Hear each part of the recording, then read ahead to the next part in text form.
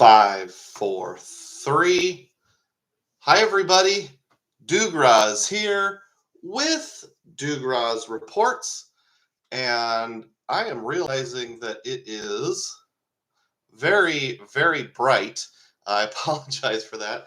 I didn't select a specific microphone, so let me know if you're in the chat if you can hear me okay, because I didn't take the time to make sure I had the right microphone. I'll adjust the blinds and be right back.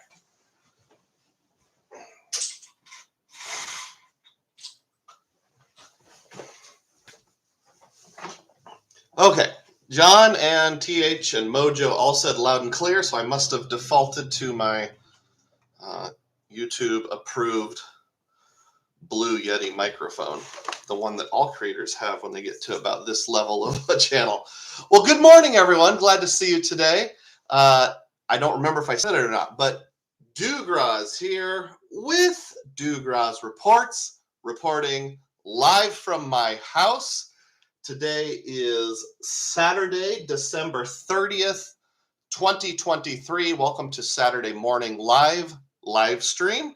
Today's theme topic is IHG versus Airbnb. And I know that might sound a little weird to say it that way, because those things you don't normally think of as direct competitors, but I have something coming up where I'm going to have that exact debate, and I'd like to get your input on that. So thank you for listening in. For those of you who aren't familiar, every video has a theme, and that's the theme, IHG versus Airbnb, every live stream that I do. But we can talk about anything that's related to the world of points, miles, credit cards, cash back, finding epic value, travel, etc. No politics will be discussed on this channel.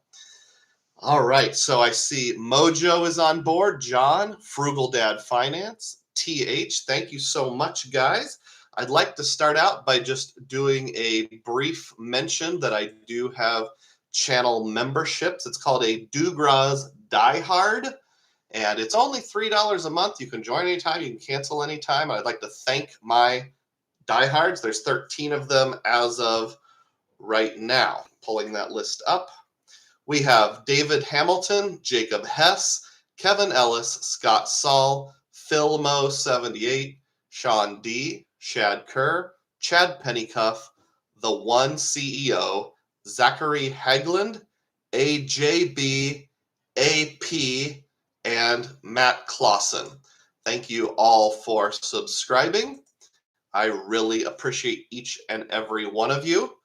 As far as the reason why you might want to subscribe, I do videos that are kind of inside the game, either very nerdy or too sensitive for the general YouTube algorithm. For example, I had one where I talked about interacting with people who aren't into points and miles. I had one or two about manufactured spending. My most recent one is just asking my council of diehards their opinion on the direction of my channel. Those kind of things I don't want to just put out there, but if you're someone that's willing to invest $3 a month in me, I'm willing to invest that kind of above and beyond content, or the super analytical content in you. Joel F is in the house. Good morning. What's up? Jonathan Davis is here. We've got 13 people on board, and if you're willing to click the thumbs up button, I would appreciate it. I do have super chats enabled. If you want to send a super chat to have it rise to the top and throw me a certain dollar amount, you can. The recommended amount this morning, I usually try to tie it in with the topic somehow, but I can't think of anything with IHG. Let's see, A, B, C, D, E, F, G, H, I. I is the 9th letter of the alphabet, so maybe $9 is the recommended amount. That seems too high, though, so how about $4.82? All right, so 13 people are on board. I'm going to go over to the community tab and start answering questions there. And if you happen to have wandered in and you're not a subscriber, I'd really appreciate it if you did subscribe. So let's get to the comments here that were left on yesterday's community tab. Every Friday, I put out a community tab where you can post your questions. Make sure I get to them today, whether you're able to attend in person or not. And then, of course, any that are in the sidebar, I will also tackle. Cesar Joel asked me this: channel goals for 2024 and suggestions for new content creators.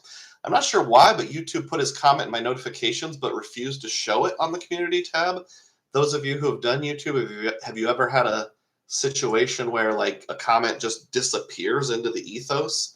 I've had that a few times. So thank you, Cesar, big friend of the channel. Cesar Joel is a fellow content creator who focuses mainly on Spanish-speaking, I was going to say Spanish-speaking topics, but that's not right. He focuses on the topic same as me: credit cards, points, miles, cashback, travel. It's just his channel is in Spanish. So goals for 2024. I'm going to try to work on, this isn't like a goal that I'm going to be able to measure, but making maybe the first few seconds of my videos a little more interesting. I'll still do the with Dugroz reports thing, don't worry. But in my last mainline video that I put out, which was how many points I earned this calendar year, I started off with, hitting some highlights of the year for 20, 30 seconds, then gave my standard intro. I've read some things that you kind of hook people in the first 30 seconds, and that prevents them from clicking away. So I'll try to make my videos a little more interesting at the beginning, maybe a little less dry the first 30 seconds. No worries, I'll still be just as nerdy and analytical as always, because I know that's what a lot of you are attracted to. For better or worse, I do need some kind of lesser commitment fans also. I can't just do credit cards on the graduate level at all times. Right now I'm hovering around 1,300 subscribers, 1,370, something like that. So let's just say I'd like to get 1,000 subscribers in 2024. That'd put me at 2,300. It's a pretty good amount, but we'll just roll with whatever happens. Advice for new content creators. I saw a video that said, make 100 crappy videos. In other words, just start. And everyone who is successful on YouTube, not that I'm an expert by any means, I just had my first month ever where I made $100. I'm not rolling in the dough of it or anything. You just have to start, try, adjust, fail. So give yourself permission to fail. Once you've done 100 videos, even if they're crappy, then you'll kind of know what works and doesn't work quite as well. And then on a personal level, my goal for next year, I'm not going to make it a goal like I have to lose a certain amount of weight or anything, but I do want to focus on health and fitness at least a little more. I could stand to exercise more regularly, certainly. My boys want to get a gym membership, so maybe I'll get one also and go with them. Philmo is in the house, one of the Dugroz diehards. Thank you, Philmo, and says, good morning. I've never stayed at an Airbnb or an IHG, but I do have a Kimpton booked in 2 weeks in Charlotte, Virginia. Now, is that Charlottesville, Virginia, like where Monticello is? Because that's where I'm going in April, and you can let me know how it is, because I'm booked into the exact same place. Hey, Chad's Money Minute is in the house. Hello, Doug. Hello, everyone. Hey, Chad, thank you for being here. In your last live stream, or maybe it was the second last one, you shouted out some creators, and I was mentioned in that, and I really appreciate that. Joel F says, personal opinion, 1 to 2 person stays, 100% hotel chain, 3 to 4 up to you, more than 5 Airbnb. All those fees on Airbnb are getting crazy now. That is definitely true. Yeah. The only thing that I have a little hesitancy with on, the 3 to 4 people, I have a family of 4, in an Airbnb is, what if something goes wrong? I have to kind of drag them along with me. I'll get into more details on that in a little while. All Things Nate says he knows a great gym. Welcome aboard, Nate. We can talk about that offline. All right, so let's move on with the community tab questions here. And those of you that are watching live, over here, go ahead and put your questions in the live chat. TH Travel asks this: have you ever thought running out of sign-up bonuses? Do you feel like this game will be over after a certain period, like no new card to open anymore? I've had that thought in a way, but I'd say it's more like a fear of running through all of the good credit card bonuses. But I think that's a pretty small fear because, even if you open 4 new cards a year at that pace, surely there'll be enough new good stuff coming out. So I don't think it's a big concern. In the meantime, while you're if you're gardening or waiting to get under 524, you can always go for bank account bonuses, and those can be kind of lucrative too. Philmo clarified, Charlotte, North Carolina.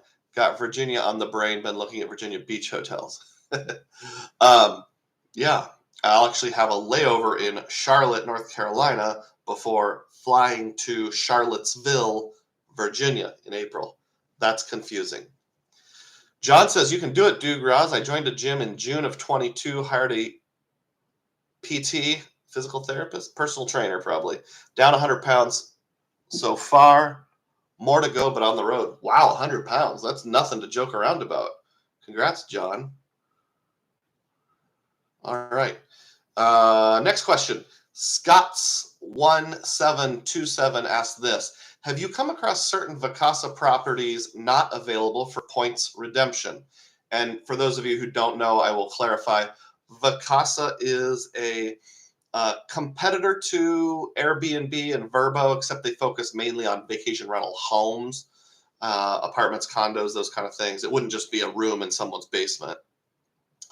And they have an agreement with Wyndham where you can use Wyndham points, 15,000 points per bedroom per night to book them with a 10% discount if you have any of the Wyndham credit cards. So I have used Vacasa twice for great value in that way.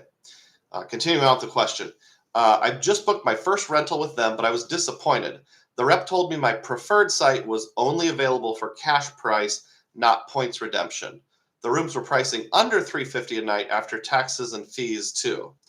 To give a little more context, so there was never like a formal policy announced, but what people had figured out through multiple data points is if you would book a Vacasa property that would have been $500 or less per bedroom per night, inclusive of all taxes, fees, cleaning charges, those kind of things, you can do it using this Wyndham trick. Somewhere around 3 months ago, that changed. It was never formally announced, but people calling in found out the reps were now trained to say under $350 a night. But Scott seems to be implying or outright saying that he was told there was a room pricing under $350 a night that was only available for cash. Now, that very well may be true. I don't know. If you're asking me, have I ever personally had that happen? No.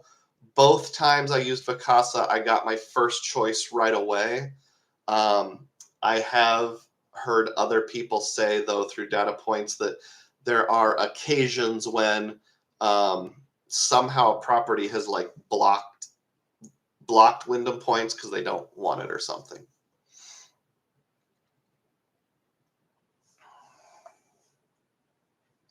All right, sorry, I was just checking the chat, see if there's anything I wanted to jump in on. I'll keep going in the community tab here.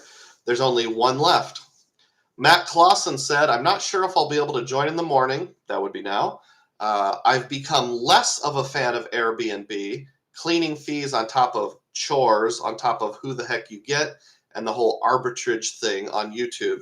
Is there anything decent about redeeming Airbnb anymore?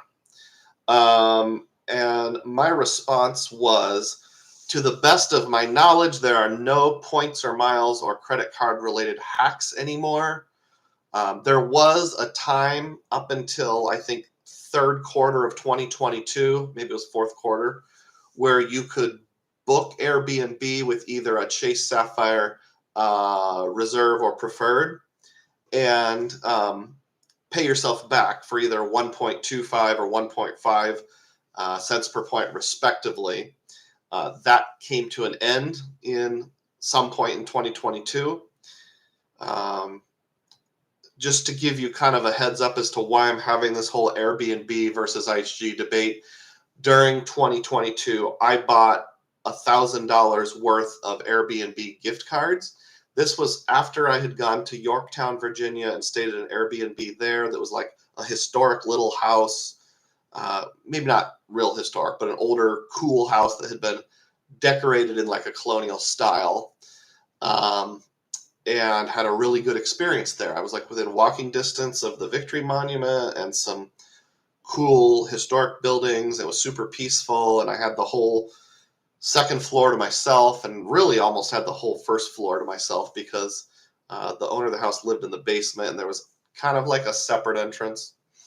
Ironically, I got locked in the bathroom at that house when I first arrived, but the key was really old. It was like a 100-year-old lock, and it actually literally broke. And then later the key to the front door broke.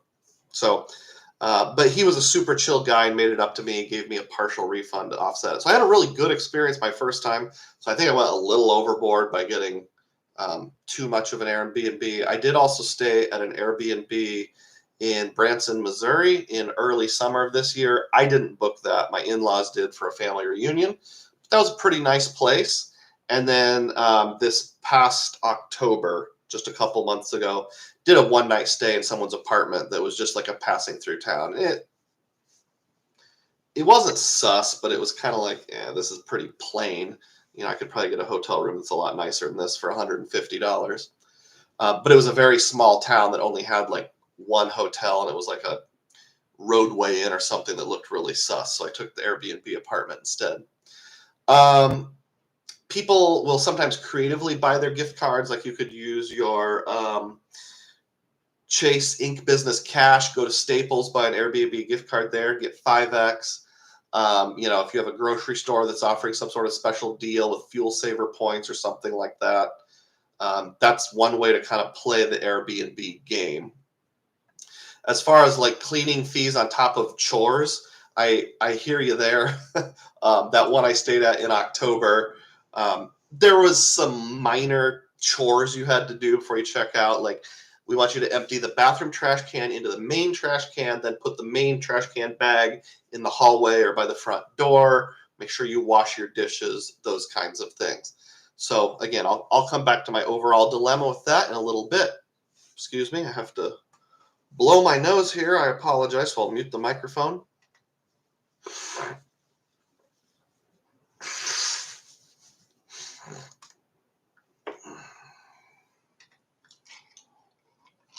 Icarus is in the house. Welcome aboard, Icarus. Says the following: I want to clarify something I touched on in a previous live stream. Using Built to pay for car rentals does include primary insurance, except for New York residents like me for some reason. Oh, that's a bummer. Sorry that you have to live in New York. I actually read on Doctor of Credit, there was a time when there were certain credit cards that were open to residents of 49 states, and the one state they weren't open to was Iowa, where I live. And the reason given was because Iowa's like Secretary of State had implemented a policy preventing like certain protections, and the credit card companies didn't like it. But then like 2 years later, a federal protection went into place that was very similar, so it kind of made it a moot point. And that was all before I got in the game, so it never personally affected me. Icarus goes on to say, but the reason I said I will use Built for car rentals is using Built points to pay for car rentals in their portal gives around 1.5 to 2 cents per point. Well, that is something to consider. If you get a minimum of 1.5 cents per point and primary CDW, collision damage waiver, that's what I'll explain that in just a moment. That's pretty awesome. I've used the Altitude Reserve from US Bank, which also gives that primary. I know both the Chase Sapphire Reserve and Chase Sapphire Preferred do also. For those of you who are either newer to the points and miles game or just don't rent cars very often, here's what that means. So when I talk about primary CDW, that's collision damage waiver, versus secondary CDW.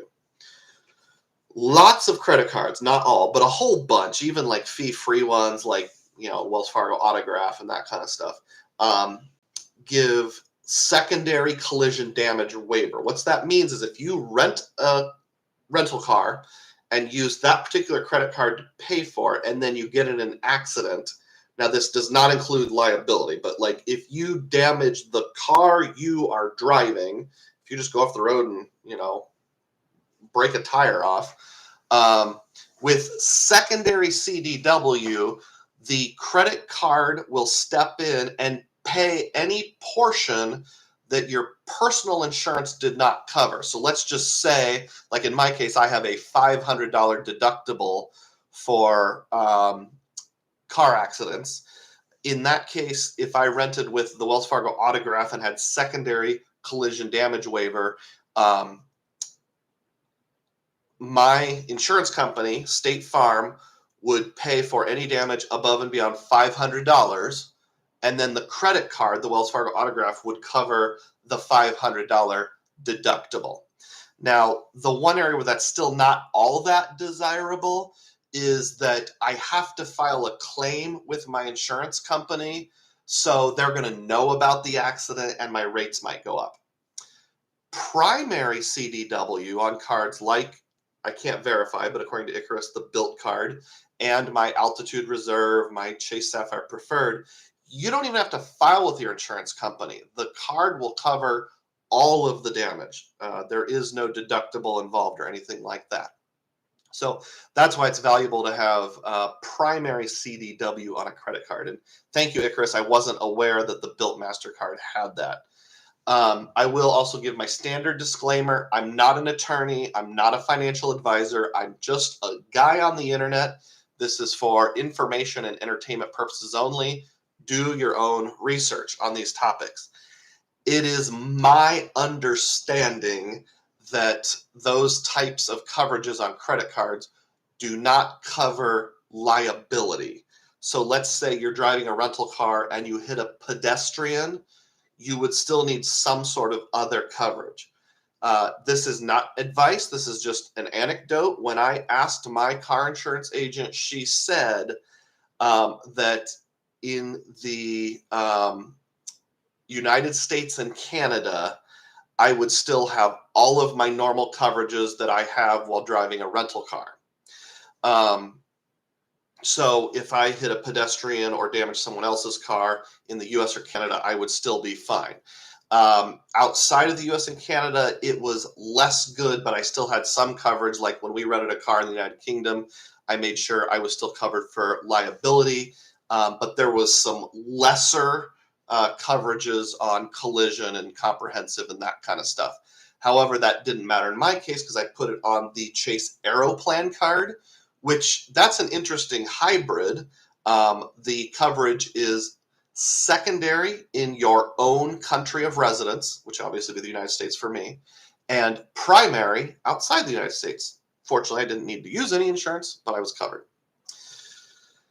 If I back up a little bit, there's a few other questions. Mojo says, have you ever had success when trying to credit garden? What was your reason for gardening? I'm not sure what you mean by success. I just kind of did it. In the past, I've tried to stay under 524. I've blown past 524, and right now I'm either at 724 or 824, something like that. So I'm not gardening right now. I do plan to. In January, I plan to get the Hilton Surpass, and after that, I have no cards. Excuse me, folks. Sorry, I have no cards on my radar at all after the Hilton Surpass in January. I'll be opportunist, and if something that I like comes along, like for example, let's say the Venture X brings back a 100,000 point sign-up bonus. My wife doesn't have the Venture X, so I might want her to get it at that point. I guess that wouldn't be gardening for me. That would be for her. But let's say there was some new card. Now let's say Chase comes out with a new card that's Chase is a bad example over 524. Let's say Wells Fargo comes out with a new card with a 200,000 point sign-up bonus, and they have actual good transfer partners. Well, I'm going to flush gardening down the toilet and go for that card if that's the case. I like big wins. I don't like lots of little bonuses and stuff. I like to get big ones. So I have gardened in the past. I'll do some gardening in 2024 with that asterisk of being opportunistic. All Things Nate says, bank account bonuses, what do those look like? Examers? I don't know what examiners means, but so like if you go to a bank sometimes, or you can do it online depending on the bank, open a new checking account, and it might be something like there's one I'm working on right now with Northwest Federal Credit Union. I had to make an opening deposit. I have to make a direct deposit of at least $500 a month for 3 consecutive months. And once I've done that, they will give me $400 cash as a sign-up bonus. So I like the big fish, so I usually shoot for like a sign-up bonus of more than $200. Cesar Jewel's in the house. Hey, how you doing, buddy? I read your community question, I think, before you logged in. He says, most of the time I get Amex premium car rental insurance because it is cheap, like $12 to $20 for 30 days, includes liability, and is primary. Oh, that's a pretty good idea, especially, if you're someone that lives in a big city and you don't own a car, so you don't have your own car insurance. That would be a great choice. Maybe you have lots of kids so that your insurance bill is already high and you just don't want to risk having a liability claim on your own insurance. Icarus says, my travel setup, built points for car rental, Barclays Wyndham Earner, business cards for hotels, and I use the 3X PenFed Pathfinder no annual fee cards to buy $100 times 3 American Airlines gift cards free after $100 times 3 airline incidental credit. That triggers the... Sorry, I have to pour my water into a new glass here.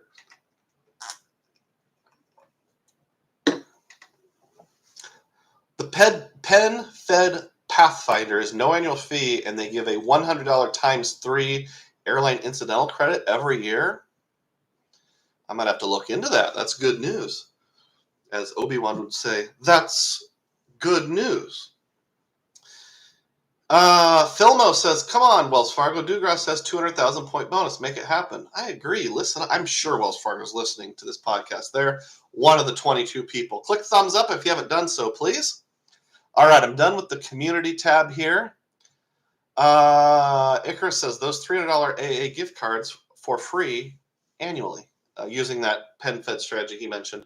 Do those have an expiration date, Icarus? Because that's worth noting and maybe worth pursuing. Long Way Travels is on board. I love the name of your channel, by the way. Welcome aboard. I heard you have the Chase Aeroplan card. What's your rationale for having it, and have the benefits been good for you? Well, that's a great question. I do have the Aeroplan card. It's on the landing of the stairs right now because I had it out yesterday. I lost my wallet on Thursday. Had no idea where it was, so I was driving around with no wallet for about a day and a half, just being real conservative and hoping I didn't get pulled over. I had my phone, so I could still make, tap-to-pay purchases. But I took my Aeroplan card out of my card holder, put it in my pocket just in case I needed to pay for something in person. I have never flown on Air Canada. Aeroplan is the reward program of Air Canada. I've never flown on Air Canada. I have no Air Canada plans, and I don't think I will. I might someday, like if I fly to Europe in 2025 or something like that. The reason I have it is because the Aeroplan card has a pay yourself back feature. It's listed as permanent, and it says up to 50,000 points per year. So that comes out to, quick mental math, what is 500 times 1.25? $630, somewhere in that range. $630 you can pay yourself back on. That's okay, but for a $95 annual fee might not be worth it. However, temporarily between now and June 30th, 2024, there is no limit on that pay yourself back. Unlimited points. So I have used, there's a 10% intrinsic bonus when you transfer 50,000 Chase URs over to Aeroplan, and there was a 20% bonus. So the time I have done it in the past, I got a 30% bump up and then 1.25 on the pay yourself back. So functionally, that becomes 1.625 cents per point, and I've used it in that way. If they make that pay yourself back permanent, that's a keeper forever card in my book. We're going to have an advertisement in 5 seconds for many of you, so let's take our bathroom break intermission. I'll be right back.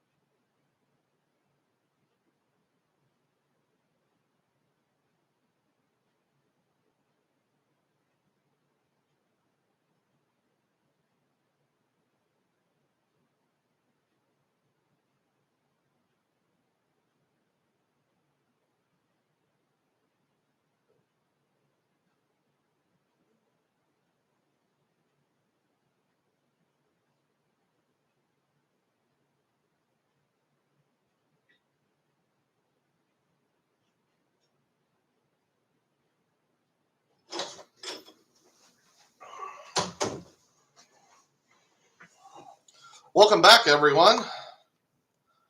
Quick asthma break.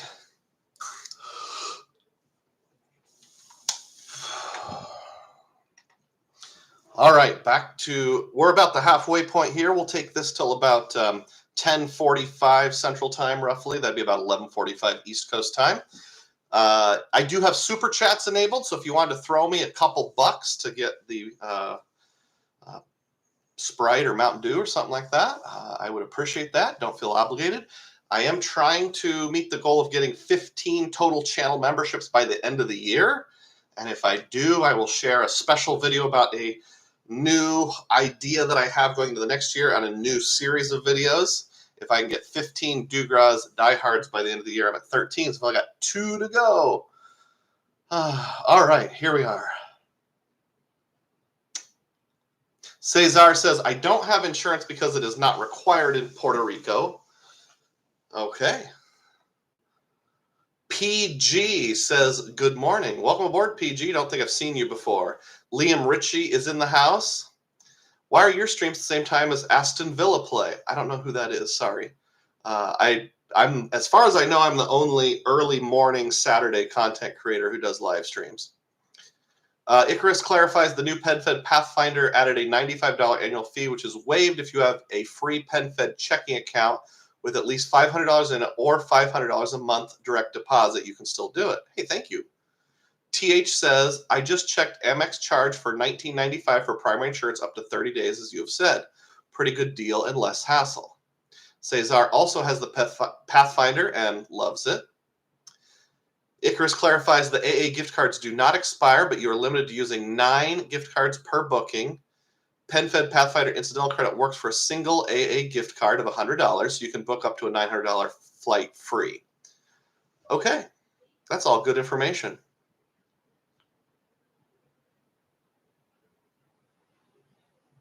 Cesar says, I think the premium car insurance with Amex is a great product that makes life easier.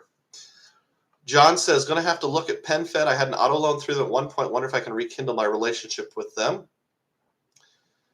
Icarus clarifies PenFed Pathfinder includes a free party pass and the fast lane airport security, but the party pass is the cheaper version that does not give you a free pass. You pay with each visit. Yeah, I think it's $35 a visit, which would be good if you don't have any premium cards and don't want to, but I have a Venture X, so that would be moot in my case, but I love it when I hear about alternative setups. So thank you, Cesar, Icarus, anyone else who's commented on some of those PenFed things. PenFed Pathfinder might be the best $0 travel card in the game. The Platinum is a beast that includes Walmart. Awesome. All right, well, let me look at my notes here and see What I have not gotten to for pre-planned content yet. Let's do a segment that I call Dugroz Data Points. You may remember if you've listened to all of my live streams, I think this is the 12th or 13th one, something like that, that about 5 or 6 ago, I said that on the last day in November, I guess it wouldn't be 5 or 6, it would be 4 ago, the last day of November, I had not yet used my wife's Amex Gold dining credit, and I usually use it with Grubhub and do a pickup. So I did on the last day of November do a Grubhub, and I was wondering if it would credit for November or December. Well, unfortunately, even though the purchase date showed as November 30th, it didn't post to her account until the 1st or 2nd of December. Somewhere around December 10th, I got a $10 credit, but the credit doesn't say which one it applies to. So for the sake of you, the viewers, I did a test and did another Grubhub order around like the 12th or 13th of December.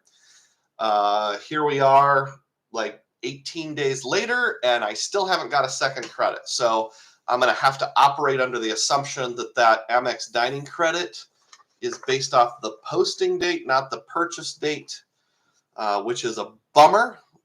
This is one of the things I just don't like about the coupon book on the Gold Card and others is I think Amex designed the breakage in. They hope this exact thing happens.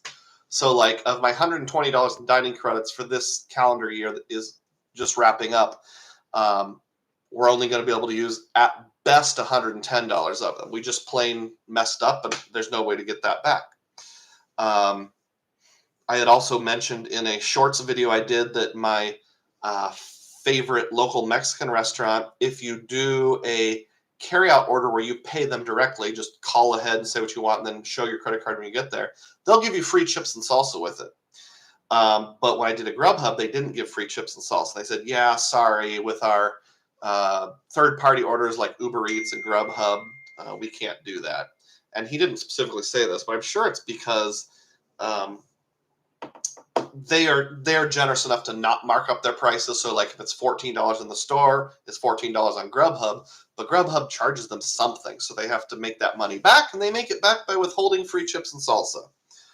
So just, yeah, those dining credits, I just don't like them. Year-end checklist. What are the things? It's almost the end of the year, and some things it'll probably be too late. So I guess that last story, the moral of the story is don't wait until the last or second to last day of the year to use your Amex dining credits. Use them by, like, if possible, the 26th of every month.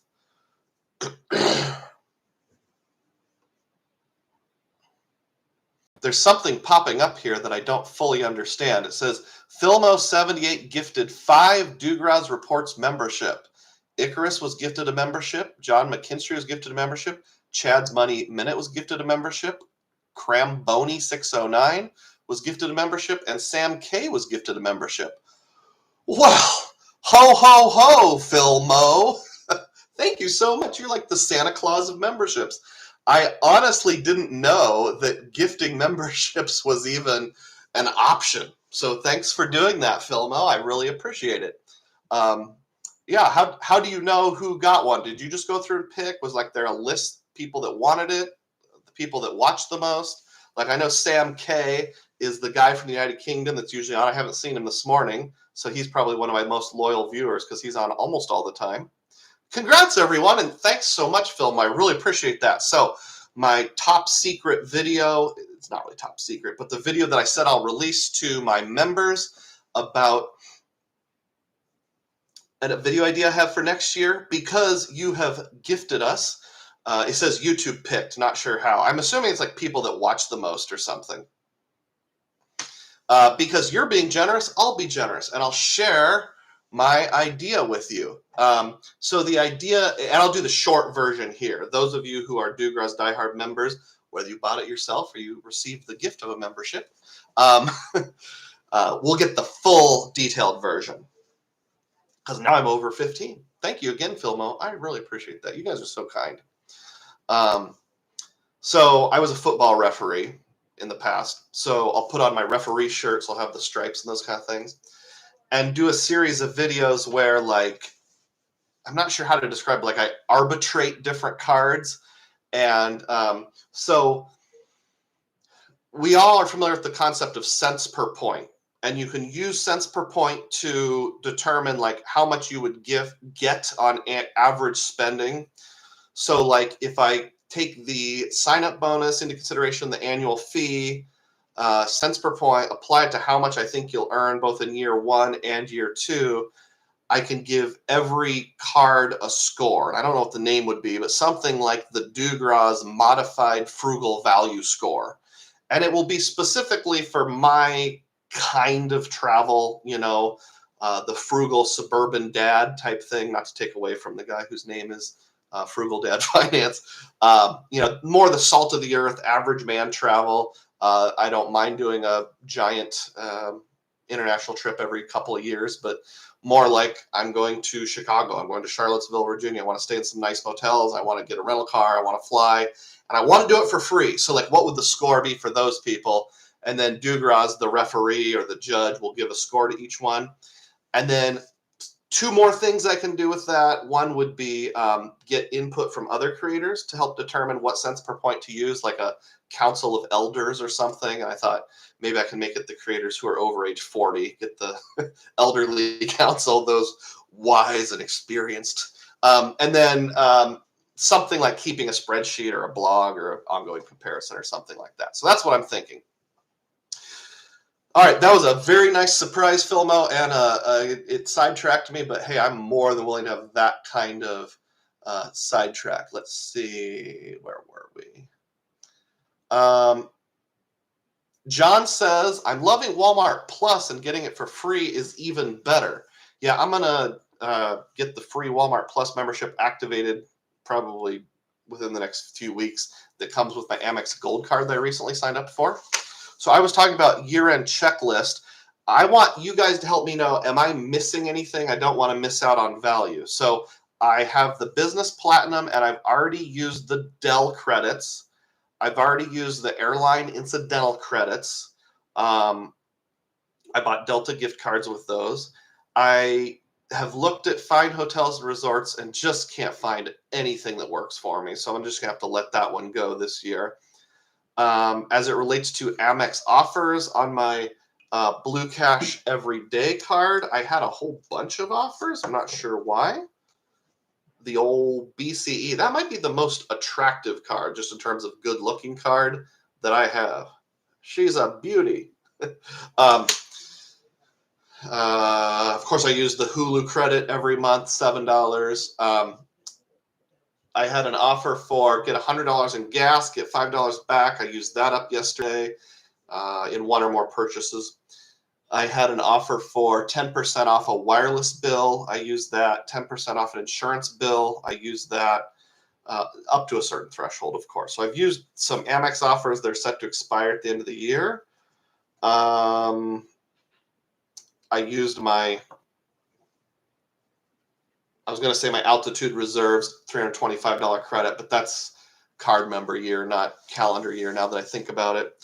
And then other cards that I have, I can't really think of anything that's tied to a calendar year. Oh, I have the IHG business card issued by Chase, and I got the big spend bonus. That's tagged as of the end of the year. A data point that I'm kind of working on with that is if you get the $20,000 of spending on the IHG card in the calendar year, you're supposed to get $100 statement credit. Bingo, I already got that. And 10,000 points. What's weird is in each transaction, it lists out how many points it earned, and there's even a spot for the 10,000 points. And on the transaction that took me over 20,000, it doesn't show anything. I did send a secure message to Chase, and they said, well, according to the terms and conditions, it can take up to 7 weeks to post. So please allow 7 weeks.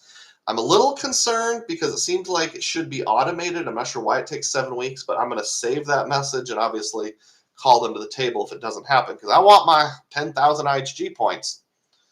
So yeah, if you can think of any other calendar year-based credits that we all have a day and a half to use, hoping that it's based on the purchase date, let me know. I have used chase offers before on the last day of the month that they're good for.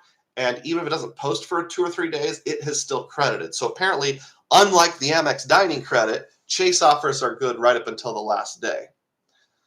All right. John says, related to Filmo's Santa Claus maneuver, whoa, nice. Congrats, everyone. Stan the Credit Frog's in the house. Welcome aboard, Stan. You're awesome, Filmo78. I was trying to guess how old you were recently, Stan, if you qualify as the over 40 crowd or not. I'm guessing not, but let me know if I'm wrong. Icarus says, pro tip, not for you venture Xers, but for those with no lounge. Year includes 4 party pass per year and 4 $25 credits per year that gives a negative $5 annual fee. You qualify for doing a taxi or rides hates each month. The price will be ride share for 11 consecutive months. So I feel like it's free lounge, ride share, taxi regulars. That must be back on that PenFed card we talked about earlier. Filmo says, at Stan, you got one for you for Uncle Luke's channel. Got to pay it forward, my man. Got one from you. Okay, I see. So apparently somebody else was gifting memberships. Thank you for revealing that we can gift memberships. Long Way Travel says, lately I've been getting about 4 cents per point or better on international travel. So I've used that going forward as my criteria, international business class. I can't quite get there, Long Way. I do appreciate your input, and different people are going to use their points differently. So the groove I'm thinking I'm going to settle into, and full disclosure here, I've traveled a bunch, but I've only taken 1 international trip ever. And yeah, on that trip I got, on my airlines, I went back and watched one of my videos, I got almost 10 cents per point. I think I accidentally lied in my last video about point valuations. I said, I actually got 10 cents per point or better. It was 9.6 cents per point. So using that line from the Solo movie, not if you round up, buddy. Where I'm going with this is, I can't value my points at 4 cents per point. I will value them lower than that, and I might adjust upwards. But like in my last video, I gave Amex 1.85 cents per point. I gave Chase 1.5. I gave Citi 1.25.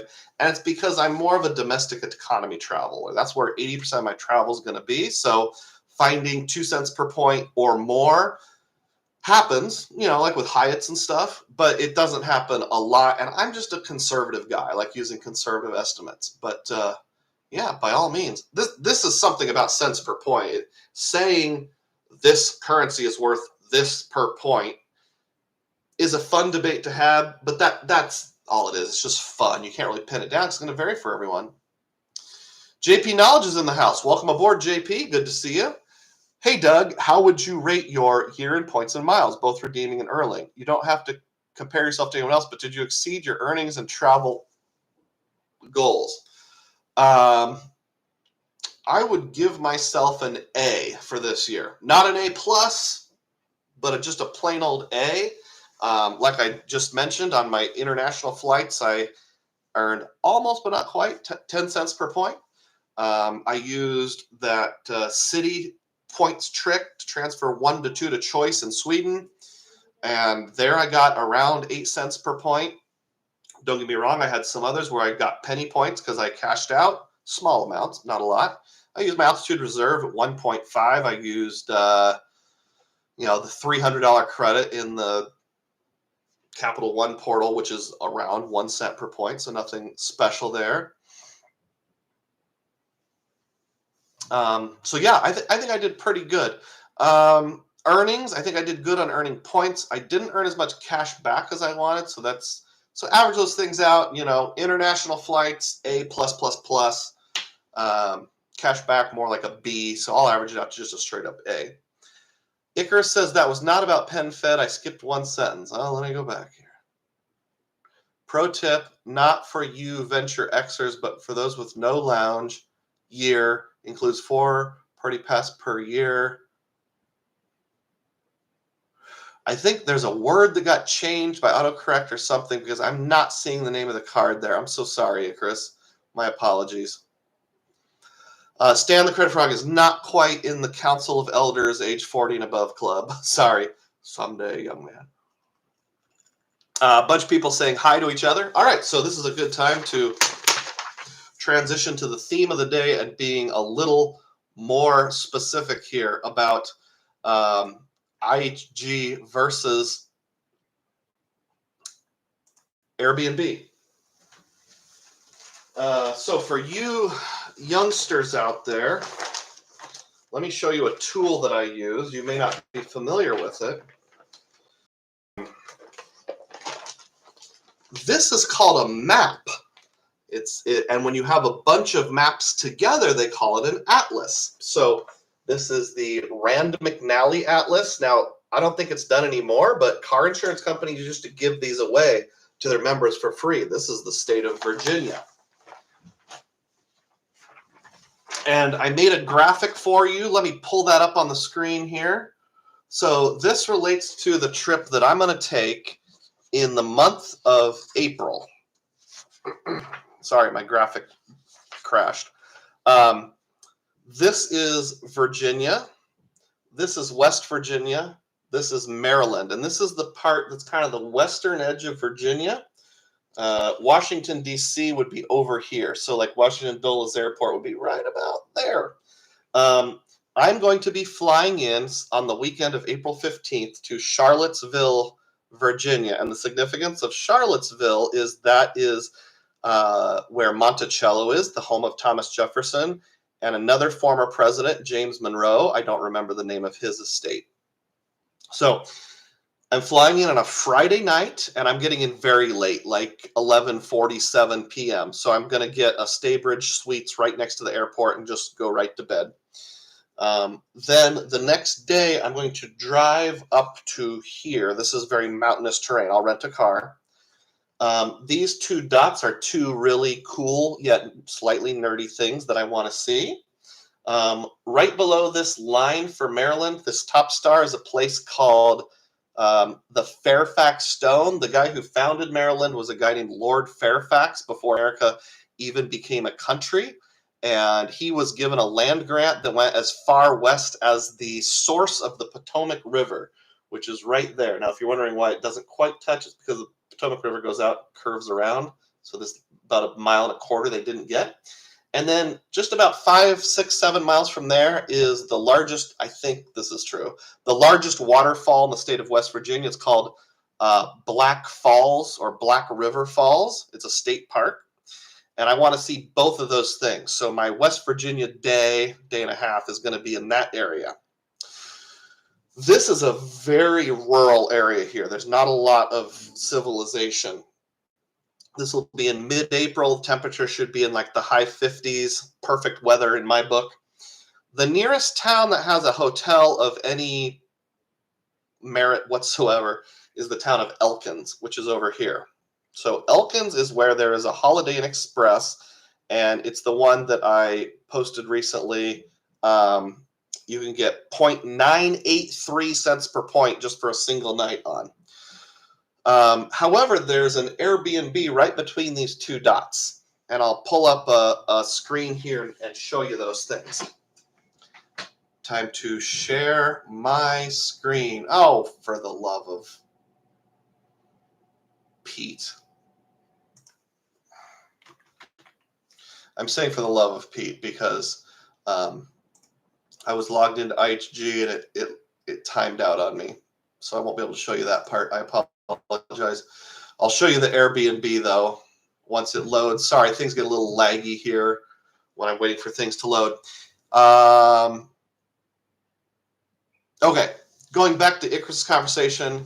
Yeah, I got filtered. For those with no lounge access, the U.S. Bank Altitude Connect business version. Okay. $95 annual fee, free in the first year, 4 priority pass lounges, 4 $25 credits per year, effective negative $5 annual fee. You qualify for doing taxi or rideshare each month for 11 consecutive months. That's a good set of data. Thank you, Icarus. I appreciate that. Stan says he hasn't seen one of those on paper in like 5 years. You haven't gotten an atlas from your insurance company this year? Maybe we need to add that to our year-end checklist. Drive. My dad is 81 years old. God bless him. he doesn't use the internet. Like, he's not technological at all. Not even a little. So, like, they had to leave their hometown and move into assisted living in the town that I live in, which is about 90 miles, 100 miles away from my hometown. And when I switched insurance companies for them, because we sold their house, I had to switch to like a temporary insurance while the house was on the market. He's like, "Oh, I'm so sorry you had to do that, Doug. That was a bunch of hassle." I'm like, "Oh, really? It wasn't a hassle at all, Dad. It's not a problem." I said, "Yeah, but you had to take time off work and drive down to Ottumwa to change insurance policy." Like, I didn't have to drive there, Dad. "Well, what'd you do?" I just emailed the agent. We did it all online. Oh, he actually thought that I drove from my town to the hometown 100 miles away just to change insurance policies. And like, he couldn't understand the fact that you can do it on a computer? Wow. All right, time to share the screen and show you the Airbnb that I'm talking about here. Hopefully there's no confidential information. Just quickly look away. There it is. Okay, so pulling up my graphic here, my JPEG or whatever it is, the two little dots right below that north-south line of Maryland, that's where I want to go. And this Airbnb is in a very tiny town, like population 2,000 or 3,000, called Thomas, West Virginia.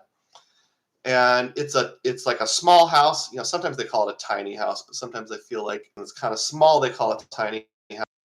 And I think it looks pretty cool. You know, it's just me by myself. There's a bed on the first floor.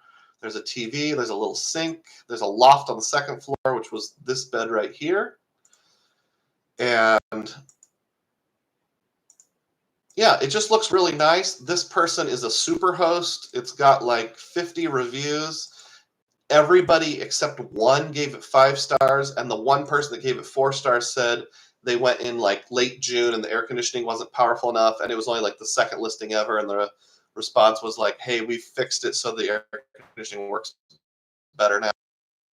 There's laundry facilities there. So go for Airbnb. You can do your laundry for free, and that'll fall like second day of my trip going into the third day. So that comes at a good time.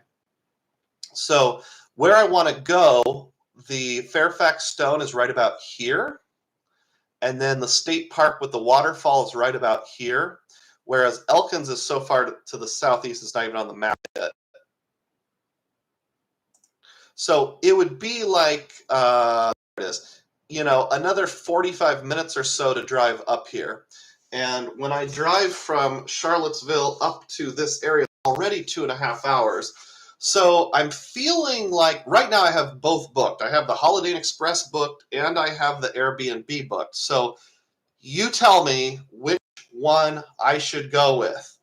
Pros of the Holiday Inn Express: free breakfast. You know what you're getting. It's well reviewed. It's a good cents per point. It's 0.983, almost 1 cent per point. So those are all good things. It's just sort of the known quantity. The con of the IHG Holiday Inn Express is that it's far away. It's like an hour away from where I want to go. So that's just another, when you think round trip, that's going to be another 2 hours of driving. Pros for the Airbnb are, the number one pro is it's exactly in the right spot that I want to go to. It's in a cool little town that's got like cafes. There's like a shop where you can buy board games and stuff, like a nerd shop, perfect for a nerd like me. It's very walkable. It's in the mountains, so you can look out and see, you know, the things and that kind of stuff. Here's where you park right behind it, and there's like a little path you walk up and go around the porch to go in. It's private. It's all by itself. It is in a neighborhood, so there'll be other houses right next to it. It's a super host. It's got good reviews. It's got around 50 reviews. There's a little tiny fire pit. Couple of doggies there. I am a dog. My boys and I like to joke that we know all dogs can speak. They just have really bad grammar. Let me see if I can get a shot of the porch area. Whoops. Don't know what I did there. clicked on something accidentally. So I actually have both booked right now, but my inclination is to keep Airbnb because even though there's no free breakfast, it does have the laundry facilities, which is a pro. The Holiday Inn Express probably has laundry facilities, but they're probably shared. You have to put quarters in. I went to a hotel once where they had this app that I've never heard of, never run across again, where you had to load it onto your phone at a minimum of $10. So I used like $4 and I've got like $6 left in this app that I've never again used, like an app specifically for hotel laundry or something like that. So let me know what your opinion is, if I should do the Airbnb, if I should do the Holiday Inn Express. While we're on the subject, I'm going to go ahead and stop because that really makes the signal slow down a lot. I will also mention that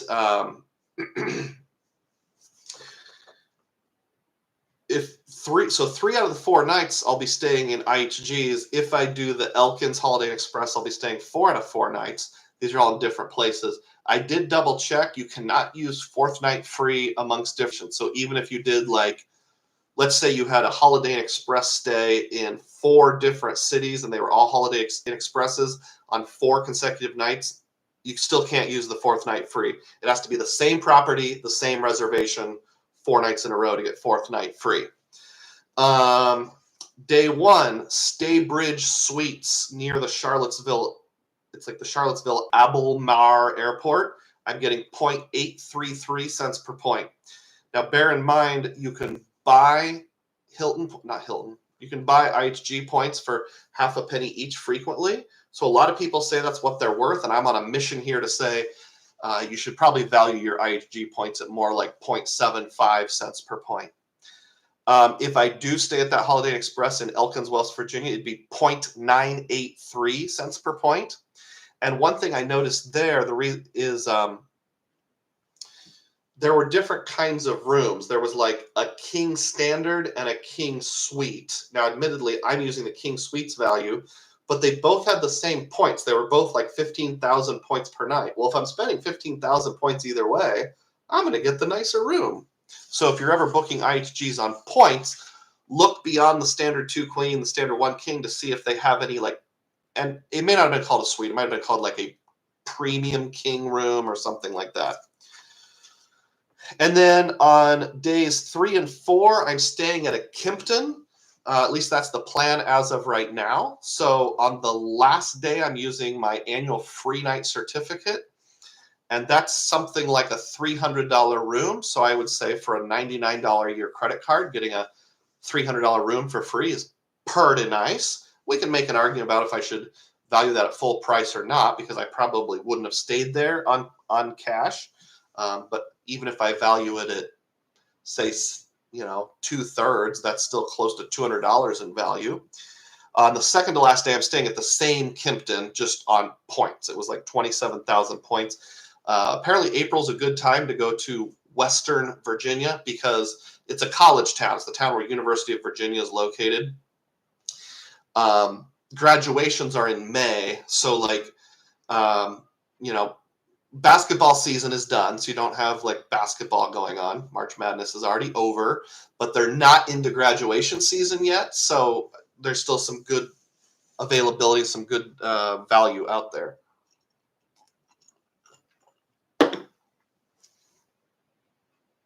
The Kimpton does not include free breakfast. You can upgrade to a different type of room for like an extra $10, but you're not able to do that with points. So I'll have to figure something out with breakfast there at the Kimpton. It looks really swanky. So this is a newer Kimpton. It was built in April of this year, 23. So by the time I go in April 24, it'll be almost exactly a year old. So the University of Virginia has like their main campus, and like their College of Business, or one of their colleges, is off-site, like several blocks away. And this Kimpton is like right on the property of the College of Business for the University of Virginia. There's like a botanical garden connected to it, and it just they built it in the style of like a colonial mansion. It's not an actual colonial building, but they built it to look like one, so it kind of feels like you're staying at Monticello or Mount Vernon or some place with like marble columns and domes and that kind of stuff. So that's my stay. Lots of value in IHG there. So I've been talking about my April RIP trip. I'm also taking a RIP trip to Chicago later this week, actually. We're going to head out on Wednesday and be there through Saturday. If there's anyone who's one of my members or loyal folks who is in the greater Chicago area, let me know in the comments of this video or any video if you want to do a meetup. I can't guarantee it, but maybe we can make that happen. I'm also going to be trying to use up a bunch of stuff. Oh, back to the Airbnb versus the IHG debate. So remember I mentioned earlier in the video, I got that $1,000 worth of Airbnb gift cards. So far, I've only used like $150. So I have $850 at Airbnb. I kind of just want to use that up, and I kind of want to use it when my family's not with me, because we know with Airbnbs, things can go wrong. Hopefully there's not any confidential information showing here. It was $274, which is, quite a bit more than the Holiday Express way down here. Oh, I'm sorry, I'm not sharing my screen. $274, you have to take my word for it. So that'll chip away at that Airbnb gift card. I kind of just want to use that up because I'm sick of having like $150 at hotels.com, $800 at Airbnb. I've got this little bit of credit at hotels.com that they don't let you combine with a gift card. Jerks. I've got 100,000 flying blue miles. I want to get my points consolidated, mainly in just the transferable currencies and then the hotels that I use. So that's what part of the reason I'm leaning towards keeping that Airbnb, just to use up a credit that I already have. It was probably foolish of me to use my Chase points to buy a $1,000 Airbnb gift card, but I did it. So it's done. The damage is done. Now I have to use it up. Icarus said that Airbnb balcony is ready to collapse. I don't think so. I mean, my own porch is ready to collapse at my house, so no judgment zone here. But I don't want to stay in a place that's like rickety. But again, every single person, like 49 out of 50 people, gave it a 5-star review, so it can't be that bad. Chicago. So Chicago, I'm trying to use up some other stuff too. So my wife has an IHG card. We're not traveling together anytime between now and May when that free night certificate expires. So I'm going to use it at a Holiday Inn. It's not a real high redemption. But you know what redemption is better than forgetting to use your free night certificate? Any redemption is better than forgetting to use your free night certificate. So I'll use it at a Holiday Inn. And then I'm going to be using up my $150 worth of hotels.com gift cards to stay at a Embassy Suites out in the suburbs of Chicago with my boys. We'll get 2 rooms, one for me and one for the boys, adjoining. And then the third and final night, I'll stay at the Embassy Suites again, just using my own Hilton points in this particular case. Or no, not using my Hilton points. Actually, the cash rates were really low, and when I did the cents per point, it was only around half a cent per point, which is fine. I wouldn't mind using it. But I'm actually going to use that Aeroplan trick that I mentioned with one-way travel earlier. I'm going to pay myself back for those Hilton expenditures. So let me know what you think. If you have any more opinions on my travels, a meetup, Airbnb, those kind of things.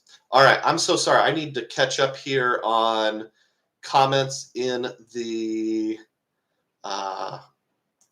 chat. Thanks again to Philmo for gifting several people that membership. And I see down below, TH gave me $24. Looking forward to more nerdy and analytical content. Oh, I get it, because next year's 2024. Keep up the good work. Thank you so much, TH. Give you a thank you there. I'll blow the little celebration horn. I really appreciate it, TH. And TH has been one of my most loyal diehards since I launched that back in October. And I really, really appreciate it. All right. Jonathan Davis, I don't remember if I said hi, Jonathan, welcome aboard. Asked this question: does the Altitude Reserve real-time rewards work on international purchases? Unfortunately, the answer to that is no. Now, there are some exceptions. Data points are mixed. There have been things like people have said if you rent from an American company in a foreign country, like Hertz or Enterprise, they've gotten it to trigger. Other people have said they don't. Or like if you rent through Expedia or like the Chase portal, be weird to use the altitude reserve to pay for something in the Chase portal, but I suppose you could. Let me think of some other. Expedia. Let's just say use that in England or France or whatever. Sometimes that triggers, but you can't guarantee it. Another data point I saw, somebody booked an Air Canada flight that was originating in Canada. Real-time rewards did not work. They booked an Air Canada flight originating in the US, and it did work. So I don't really want to risk it, so I didn't use it when we went to England and Sweden. I used the Aeroplan card instead because it doesn't matter if it's international or domestic, but with the altitude reserve. Basically, the only thing I use it for are two things. I use it for Amtrak, which I've only done twice, and rental cars. It's mostly rental cars. I think it's the ultimate car rental card, in my opinion. Cesar says, I used to use a lot of maps during my Army days. No GPS, no cell phones, and internet was 56K. When I was in high school, I had a dial-up modem that was 1200 baud. Not megabytes per second. We're talking like K. So this would be like a 1.2K modem. It was the slowest thing in the world. Icarus says, a map is a GPS written on a tree for all you youngsters. Icarus recommends being adventurous and doing the Airbnb experience. That's what I'm thinking. Also says hotel breakfast is boring. Get breakfast at a restaurant. Noted. Thank you. And I'm okay with both. I'll do, I love a good old free breakfast at a hotel as long as they have something decent like sausage links or biscuits and gravy or something like that. But sometimes you run into a free hotel breakfast that's like toast, 3 hard-boiled eggs, and Fruit Loops. IS asks, what is a good point redemption option for Amex MR points other than travel and airfare? Cash back at 0.6 cents per point is a terrible option. Well, I agree with you that it is a terrible option. I'm not sure if by travel and airfare you just mean transfer partners, so I will add this, and if it doesn't fit, I apologize. You can use the Amex portal to book travel, but be really careful because most of the travel is at like 0.85 cents per point.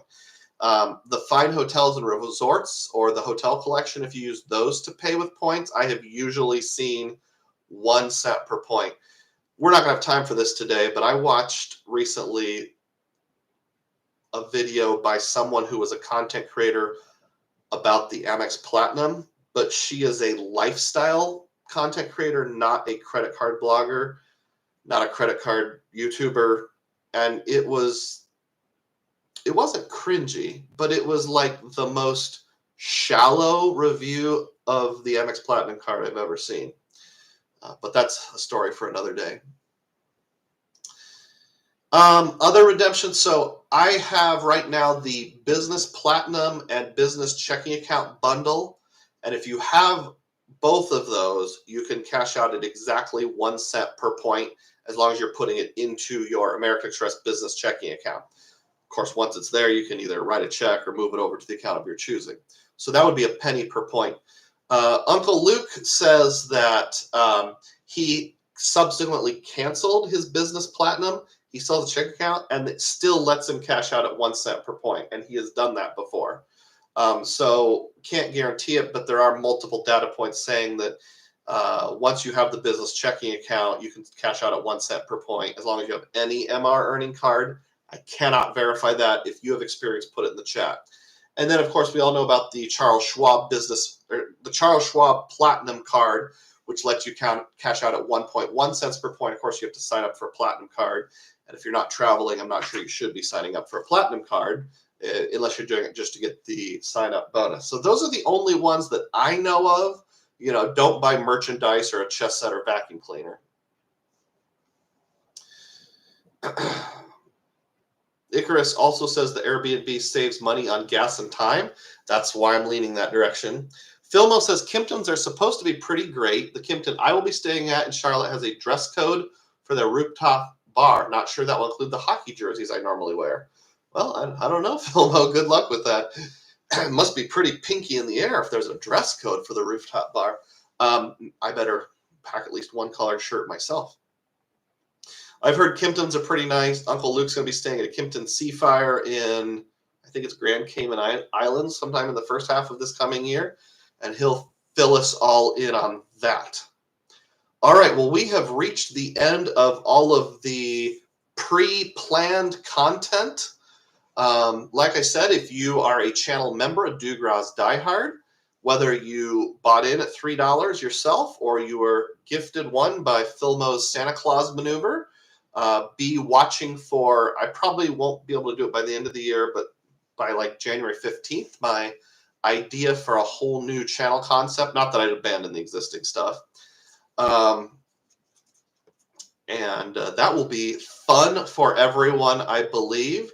I do appreciate all of you so much, especially those of you who tune in regularly on Saturday mornings. Those of you who can't watch live but watch the live stream afterwards, I appreciate that as well. So I think we'll bring it to an end here. Filmo says, thanks for the live stream, wishes us a happy new year, wishes everyone a happy new year. I also would like to wish everyone a happy new year and a very merry 2024. As always, may your spending be frugal and may your points be plenteous. Thanks, everyone.